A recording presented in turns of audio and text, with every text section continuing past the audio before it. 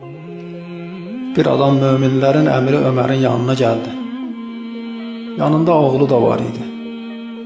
Ata oğul biri-birlərinə o qədər çox oxşayırdılar ki, sanki heç bir fərqləri yox idi.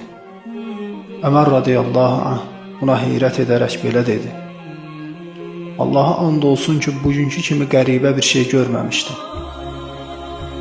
İki nəfərin biri-birinə bu qədər bənzədiyini ilk dəfədir ki, görürəm. Qarğanın qarğaya bənzədiyi kimi biri-birinizə bənzəyirsiniz. Ərəblər bir şeyin bir şeyə çox bənzəməsinə bunu misal verirdilər. Adam dedi ki, ey möminlərin əmiri, onu anası ölü olduğu halda necə doğulduğunu bir bilsəydi. Ömər radiyallahu anh oturuşunu dəyişdi və üzünün cizgiləri dəyişildi.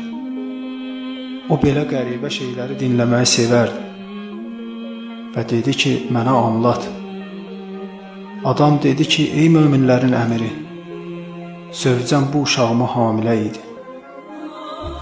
Mən Allah yolunda səfər etməyə niyyətləndim. Zövcəm isə məni bu səfərdən saxlamağa çalışırdı. Səfərə çıxmaq üçün hazırlaşdım. Qapını bağlayıb dedi ki, hamilə olduğum halda məni necə atıb gedərsən?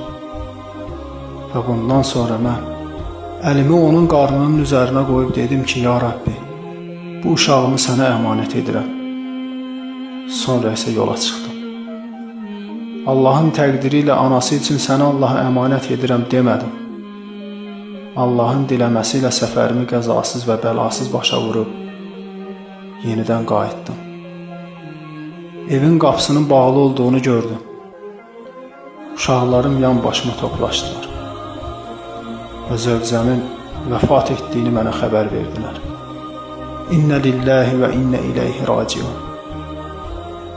Axşam yeməyi yediyim əsnada qəbirstanlıqdan bir duman qalxdığını gördüm. Dedim ki, bu duman nədir?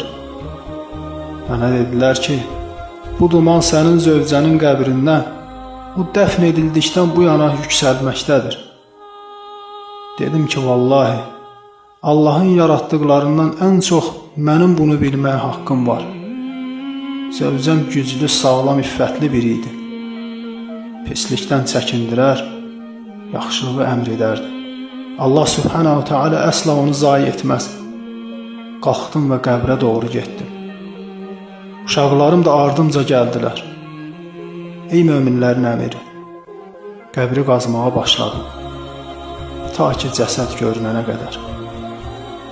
Zövcəmi ölü olduğu halda, bu yanımda olan uşağımı isə diri olduğu halda onun ayaqları üstündə gördüm. Bu halda ikən bir münadinin, bir carçının nidasını eşitdik. Ey Allaha əmanət edən kəs, al götür əmanətini. Alimlər deyirlər ki, əgər o zövcəsini də Allaha əmanət etsəydi, əmanət etdiyi halda görərdi. Amma zövcəsini Allaha əmanət etməmək Allahın bir təqdiri idi. Bu səbəbdən ona unutturuldu. Ey Allahım, biz dinimizi sənə əmanət edirik. Ya Rabbil aləmin, bizi səbat ilə ruziləndir. Ta ki sənə yetişənə qədər. Ey cəlal və ikram sahibi olan.